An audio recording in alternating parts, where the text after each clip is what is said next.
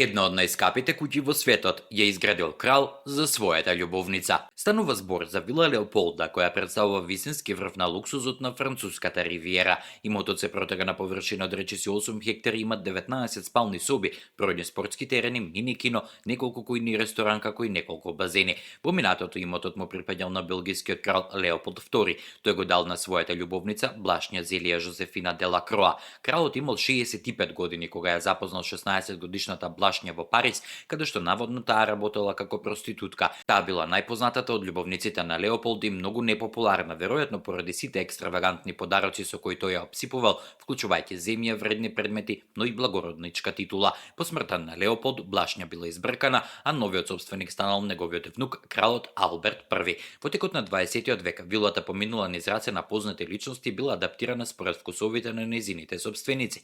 Во поново време вилата поминала низ раце на милиардери, а во 2016 година беше продадена за неверојатна сума од 1 милиарда евра, што ја прави една од најскапите куќи во светот.